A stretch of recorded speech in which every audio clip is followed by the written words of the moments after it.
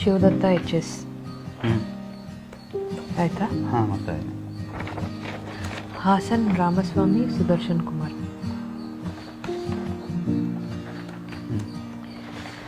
ರೀ, ಮಗುನ ದತ್ತು ತಗೋಬೇಕು ಅಂತ ಆನ್ಲೈನಲ್ಲೇ ಅಪ್ಲಿಕೇಶನ್ ಹಾಕೋದು ನಂಗೇನೋ ಒಂಥರ ರೀ.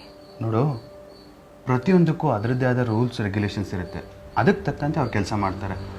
ಯಾಕೆ ಅಂದರೆ ನಮಗೆ ಒಂದು ಮಗು ಆದರೆ ಅವರಿಗೆ 100 ಮಕ್ಕಳು. ಸೊ ಅದಕ್ಕೆ ಅವ್ರ ಸೇಫ್ಟಿ ಮತ್ತು ಸೆಕ್ಯೂರಿಟಿ ಕೂಡ ಇಂಪಾರ್ಟೆಂಟ್ ಅಲ್ವಾ? ನೋಡಿಲಿ, ಕಾರಾದವರು 3 ಆಪ್ಷನ್ ಕೊಟ್ಟಿದ್ದಾರೆ. ಒಂದು ಆಲ್ ಇಂಡಿಯಾ ಲೆವೆಲಲ್ಲಿ, ಇನ್ನೊಂದು 3 ಸ್ಟೇಟಲ್ಲಿ, ಅಥವಾ ಇನ್ನೊಂದು 1 ಸ್ಟೇಟಲ್ಲಿ. ಓ ರೀ, ಹಾಗಿದ್ರೆ ನಾವು ಕರ್ನಾಟಕದಲ್ಲಿರೋ ಮಗುನೇ ಆಯ್ಕೆ ಮಾಡೋಣವಾ? ನಾನು ಅದಕ್ಕೆ ಆಗಲೇ ಕರ್ನಾಟಕನ ಸೆಲೆಕ್ಟ್ ಮಾಡಿ ಆಗಲೇ ಅಪ್ಲೋಡ್ ಕೂಡ ಮಾಡಿ. ರೀ, ಇಲ್ಲಿ ನೋಡಿ, ನಮ್ದು ಹೆಲ್ತ್ ಡೀಟೇಲ್ಸ್ನೆಲ್ಲ ತೆಗೆದಿಟ್ಟಿದ್ದೀರಲ್ಲ, ಈ ಮಗುನ ದತ್ತು ತಗೋಬೇಕಾದ್ರೆ ನಮ್ಮಿಬ್ಬರ ಹೆಲ್ತ್ ಡೀಟೇಲ್ಸ್ನ ನಾವ್ಯಾಕ್ರಿ ಅಪ್ಲೋಡ್ ಮಾಡಬೇಕು? ನಾವು ಮಾನಸಿಕವಾಗಿ ದೈಹಿಕವಾಗಿ ಎಷ್ಟು ಸಮರ್ಥರಾಗಿದ್ದೀವಿ ಅಂತ, ಅಥವಾ ನಮಗೇನಾದರೂ ಮಾರಣಾಂತಿಕ ಕಾಯಿಲೆ ಇದೆಯಾ ಅಂತ ತಿಳ್ಕೊಂಡೆ ಅವರು ನಮಗೆ ಮಗುನ ಕೊಡೋದು. ಯಾಕೆ ಅಂದರೆ ಇದರಲ್ಲಿ ಒಂದು ಮಗುವಿನ ಭವಿಷ್ಯನೇ ಇದೆ. ಆ ಮಗುವನ್ನು ಸಾಕಲು ಮತ್ತು ಅಥವಾ ಆ ಮಗುವಿಗೆ ಭವಿಷ್ಯ ನೀಡಲು ನಾವು ಶಕ್ತರಾಗಿದ್ದೀವಿ ಅಂತ ಅವ್ರು ನೋಡೇ ಕೊಡಬೇಕಲ್ವಾ? ಮತ್ತು ಅದ್ರ ಭವಿಷ್ಯನ ಸೆಕ್ಯೂರಾಗಿ ನೋಡ್ಕೊಳ್ಳೋಕ್ಕೆ ನಮ್ಗೆ ಅರ್ಹತೆ ಇದೆಯೋ ಅಲ್ವೋ ಅಂತ ಅವ್ರು ಚೆಕ್ ಮಾಡಿಕೊಡೋದ್ರಲ್ಲಿ ಏನು ತಪ್ಪಿಲ್ಲ ಅಲ್ವಾ? ಏನೋ ರೀ, ಇದೆಲ್ಲ ಆದಷ್ಟು ಬೇಗ ಮುಗ್ದು ನಮ್ಮ ಮಗು ನಮ್ಮ ಮನೆಗೆ ಬೇಗ ಸೇರಿದ್ರೆ ನಂಗೆ ಅಷ್ಟೇ ಸಮಾಧಾನ. ತಾಳಿದವನು ಬಾಳಿಯಾನು ಖಂಡಿತ ಬರುತ್ತೆ.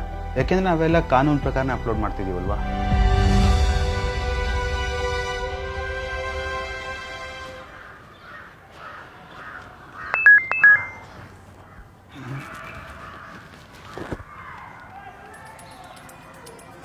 ನೋಡಿಲಿ, ಸೆಂಟ್ರಲ್ ಅಡಾಪ್ಷನ್ ರಿಸೋರ್ಸ್ ಅಥಾರಿಟಿಯಿಂದ ಅಂದರೆ ಕಾರಾಯಿಂದ ಮೆಸೇಜ್ ಬಂದಿದೆ. ಅದರಲ್ಲಿ ಅಡಾಪ್ಷನ್ ಏಜೆನ್ಸಿ ನಂಬರ್ ಕೊಟ್ಟಿದ್ದಾರೆ. ನಾವು ಕಾಲ್ ಮಾಡಬೇಕಂತೆ. ಕಾಲ್ ಮಾಡಿರಿ ಬೇಗ. ಹಾಂ, ಮಾಡ್ತೀನಿ.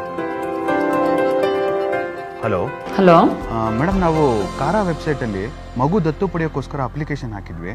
ಅವರು ಮೆಸೇಜ್ ಮಾಡಿ ನಿಮ್ಮ ಅಡಾಪ್ಷನ್ ಏಜೆನ್ಸಿ ನಂಬರ್ ಕೊಟ್ಟಿದ್ದಾರೆ ಮ್ಯಾಮ್. ಓಕೆ, ನಿಮ್ಮದು ಪ್ಯಾಪ್ಸ್ದು ರಿಜಿಸ್ಟ್ರೇಷನ್ ನಂಬರ್ ಹೇಳ್ತೀರಾ? 2785 2785 98459 ಮ್ಯಾಮ್. Okay okay. ಮುಂದಿನ ಪ್ರೋಸೆಸ್ಗೆ ನೀವು ಒಂದ್ಸಲ ಏಜೆನ್ಸಿನ ಬಂದು ಭೇಟಿ ಮಾಡಬೇಕಾಗುತ್ತೆ. ನಿಮ್ ಜೊತೆ ಆಪ್ತ ಸಮಾಲೋಚನೆ ನಡೆಸ್ತೀವಿ. ಈ ಬುಧವಾರ ಬರಬಹುದಾ? ಹಾಂ, ಬರ್ತೀವಿ madam. Okay, thank you sir. Madam, ಹಾಂ, ಬಂದ್ರಾ? ಬನ್ನಿ, ಕುತ್ಕೊಳ್ಳಿ. Thank you madam. ನಮಸ್ಕಾರ ನಮಸ್ಕಾರ ಮೇಡಮ್. ನಮಸ್ಕಾರ. ಡಾಕ್ಯುಮೆಂಟ್ಸ್ ತಂದ್ರಾ? ಹಾಂ, ತಂದಿದ್ದೀವಿ ಮೇಡಮ್.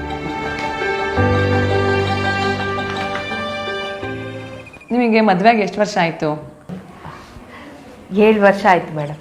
ನೀವು ಮಗುನ ದತ್ತು ಪಡಿಬೇಕು ಅಂತ ಏನಕ್ಕೆ ಅನ್ಕೊಂಡ್ರಿ? ಮೇಡಮ್, ನಮಗೆ ಮುಂಚೆಯಿಂದನೂ ಒಂದು ಮಗುನ ದತ್ತು ಪಡಿಬೇಕು ಅಂತ ಆಸೆ ಇತ್ತು. ಅದಕ್ಕೆ ಈಗ ಅವಕಾಶ ಬಂದಿದೆ.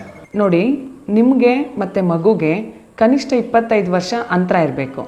ನಿಮಗೆ ಮಗುನ ದತ್ತು ಪಡ್ಕೊಳ್ಳೋದಕ್ಕೆ ಮನಸ್ಫೂರ್ತಿಯಾಗಿ ಒಪ್ಪಿಗೆ ಇದೆ ಅಲ್ವಾ?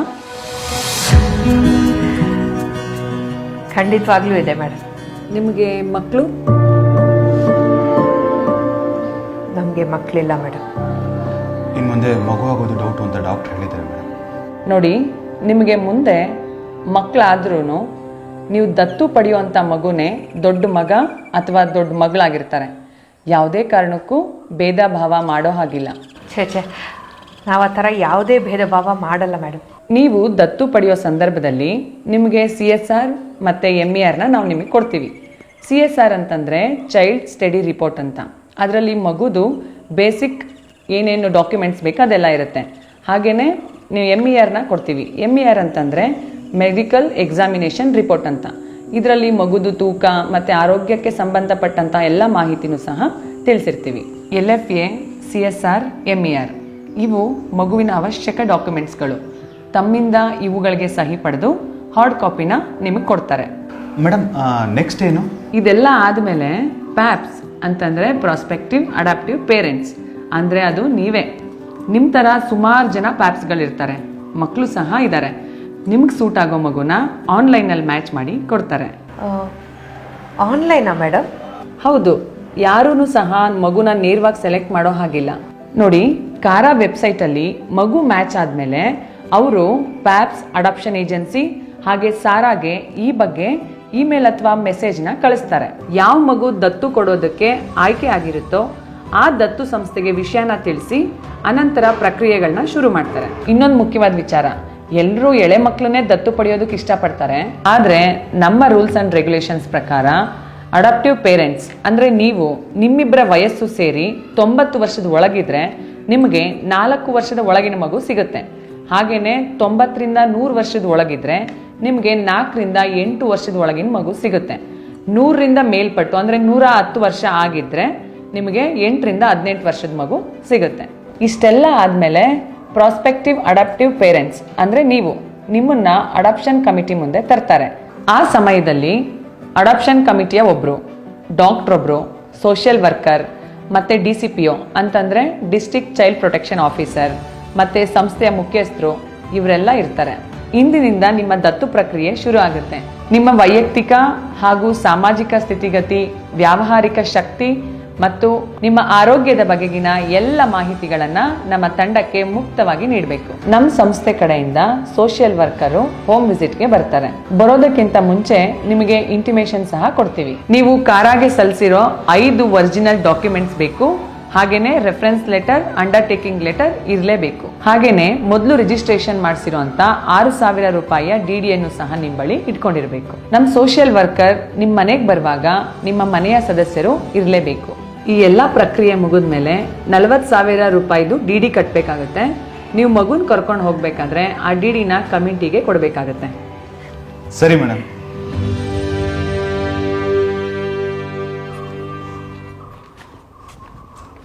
ಸರ್ ನಮಸ್ಕಾರ. ನಮಸ್ಕಾರ. ನಾವು ದತ್ತು ಸಂಸ್ಥೆಯಿಂದ ಬರ್ತಾ ಇದ್ದೀವಿ. ಸರ್ ನಿಮಗೆ ಪಕ್ಕದ ಮನೆಯವ್ರ ಪರಿಚಯ ಇದ್ದಾರೆ ಸರ್? ಹಾ ಗೊತ್ತು, ಬಹಳ ವರ್ಷಗಳಿಂದ ಗೊತ್ತು, ತುಂಬಾ ಆತ್ಮೀಯರು.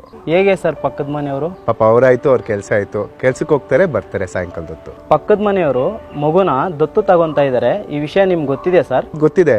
ರೆಫರೆನ್ಸ್ ಲೆಟ್ರು ನಾನೇ ಸೈನ್ ಮಾಡ್ಕೊಟ್ಟಿದ್ದೀನಿ. Okay, thank you so much sir. Thank you. Okay, thank you sir.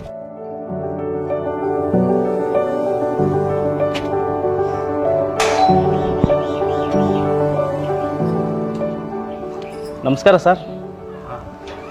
ನಾವು ದತ್ತು ಸಂಸ್ಥೆಯಿಂದ ಬರ್ತಾ ಇದ್ದೀವಿ. ಬನ್ನಿ, ವೆರಿಫಿಕೇಶನ್ ಮಾಡಬೇಕಾಗಿದೆ. ಬನ್ನಿ ಬನ್ನಿ. ಒರಿಜಿನಲ್ ಡಾಕ್ಯುಮೆಂಟ್ಸ್ ಎಲ್ಲ. ಹಾಂ ಮೇಡಮ್.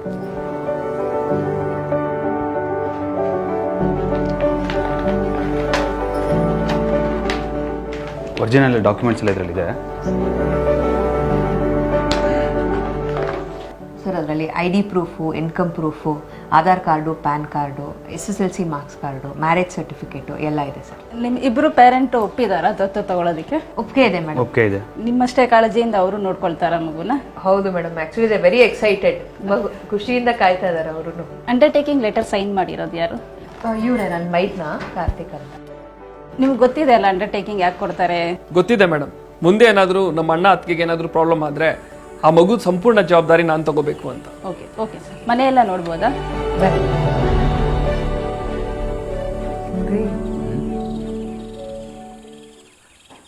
ಈಗ ಕಂಪ್ಯೂಟರು ರ್ಯಾಂಡಮ್ ಆಗಿ ಮಗುನ ನಮಗೆ ಮ್ಯಾಚ್ ಮಾಡಿಕೊಡುತ್ತಲ್ಲ. ಒಂದು ವೇಳೆ ಆ ಮಗು ನಮ್ಗೆ ಇಷ್ಟ ಆಗಲಿಲ್ಲ ಅಂದರೆ ಆಗಲೂ ನಾವು ದತ್ತು ತಗೊಳ್ಳೇಬೇಕಾ?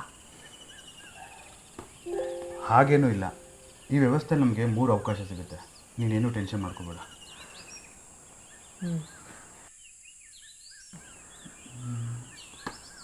ನೋಡಿಲಿ, ನಮಗೆ ಮಗು ಮ್ಯಾಚ್ ಆಗಿದೆಯಂತೆ. ವಾವ್, ತೋರಿಸಿ.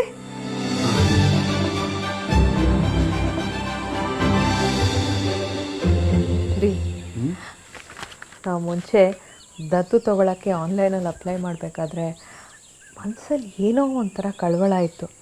ಆದರೆ ನೋಡ್ತಾ ನೋಡ್ತಾ ಹೇಗೆ ಸಮಯ ಕಳೆದೋಯ್ತು ಅಂತಲೇ ಗೊತ್ತಾಗಲಿಲ್ಲ. 1.5 ವರ್ಷ ಕಳೆದೇ ಹೋಯ್ತಲ್ಲ. ಈಗ ನಾವು ನಾಳೆ ನಮ್ಮ ಮಗುನ ಹೋಗಿ ಮನೆಗೆ ಕರ್ಕೊಂಡು ಬರೋ ಸಮಯ ಬಂದಿದೆ. ಐ ಆಮ್ ಸೋ ಎಕ್ಸೈಟೆಡ್ ರೀ. ನನಗಂತೂ ಈ ಖುಷಿಗೆ ರಾತ್ರಿ ಎಲ್ಲ ನಿದ್ದೆನೇ ಬರಲ್ಲ. ಆಯ್ತಮ್ಮ, ಖುಷಿಲಿ ರಾತ್ರಿ ಎಲ್ಲ ಎದ್ದಿರಬೇಡ. ಬೆಳಗ್ಗೆ ಬೇಗ ಹೋಗಬೇಕಿದೆ. ಈಗ ಬೇಗ ಮಲ್ಕೋ. ಸರಿ, ಗುಡ್ ನೈಟ್. Good night.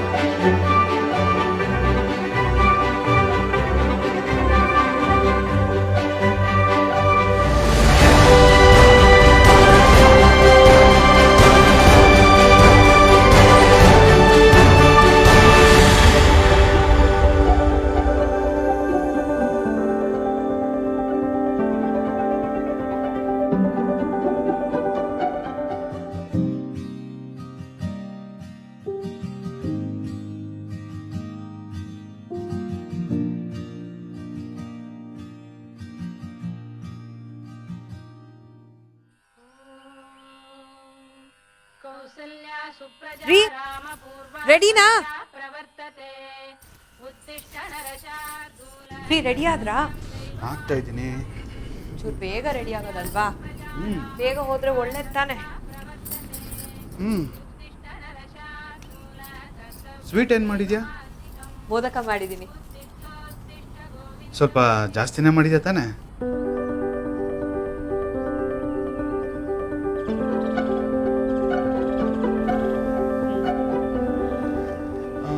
ಗಾಡಿ ಕೇಳಿ ನಿಂದು. ಅಲ್ಲಿ ಬುಕ್ ಶೆಲ್ಫ್ ಮೇಲೆ ಇಟ್ಟಿದ್ದೀನಿ. ರೀ ಬರ್ತಾ ಒಂಚೂರು ಬಟ್ಟೆ ಶಾಪಿಂಗ್ ಮಾಡ್ಕೊಂಡ್ ಬಂದ್ಬಿಡೋಣವಾ? ಹಾಂ, ಖಂಡಿತ ಮಾಡು. ಮಂಗಳಮೂರ್ತಿ ಮಂಗಳಮೂರ್ತಿ ಗಣಪತಿ ಬಪ್ಪ ಗಣಪತಿ ಬಪ್ಪ ಗಣಪತಿ ಬಪ್ಪ ಮಂಗಳಮೂರ್ತಿ ಮಂಗಳಮೂರ್ತಿ.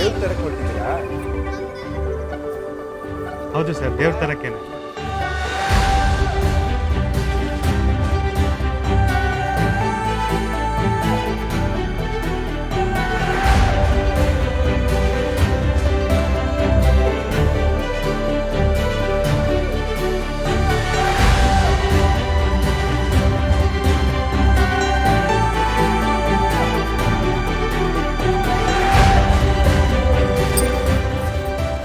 ರೆಡಿನಾ?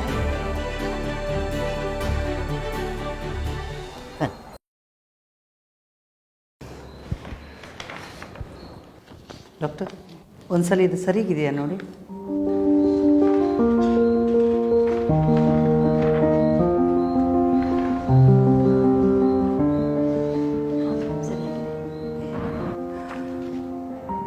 ನೋಡಿ, ಇದು ಮಗುವಿನ CSR ಮತ್ತು MER ಅಂದರೆ child study report, medical examination report ಅಂತ.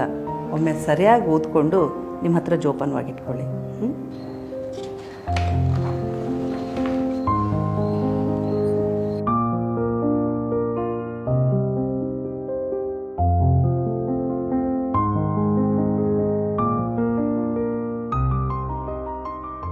ನೋಡಿ, ಇದುವರೆಗೂ ಮಗು ಶಿಶು ಮಂದಿರದಲ್ಲಿತ್ತು.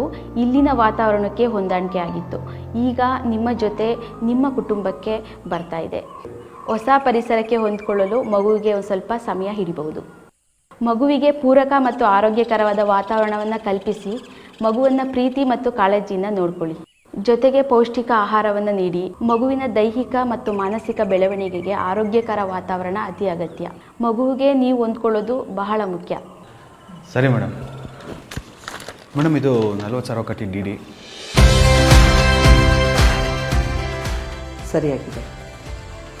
ಈಗ ಮಗುನ ಪ್ರೀ ಅಡಾಪ್ಷನ್ ಫಾಸ್ಟರ್ ಕೇರ್ ದಾಖಲೆ ಕೊಟ್ಟು ನಿಮ್ಮ ಜೊತೆಗೆ ಕೊಟ್ಟು ಕಳಿಸ್ತೀವಿ. ಮುಂದಿನ 60 ದಿನಗಳಲ್ಲಿ ಕೋರ್ಟ್ ಆರ್ಡರ್ ಪಡೆಯೋದ್ರ ಮೂಲಕ ಮಗು ದತ್ತು ಪೋಷಕರೊಂದಿಗೆ ಅಂದರೆ ನಿಮ್ಮ ಜೊತೆಗೆ ಶಾಶ್ವತವಾದ ಸಂಬಂಧ ಹೊಂದುತ್ತೆ. ನಂತರ ಮುಂದಿನ 2 ವರ್ಷಗಳ ಕಾಲ ನಮ್ಮ ಸೋಷಿಯಲ್ ವರ್ಕರ್ಸು ನಿಮ್ಮ ಮನೆಗೆ ಭೇಟಿ ಕೊಟ್ಟು ಮಗು ಬಗ್ಗೆ ವಿಚಾರಿಸ್ತಾ ಇರ್ತಾರೆ. ಆ ಸಮಯದಲ್ಲಿ 6 ತಿಂಗಳಿಗೊಮ್ಮೆ ನೀವು 2,000 ರೂಪಾಯಿದು DD ಕಟ್ಟಬೇಕಾಗತ್ತೆ. ಖಂಡಿತ ಮೇಡಮ್.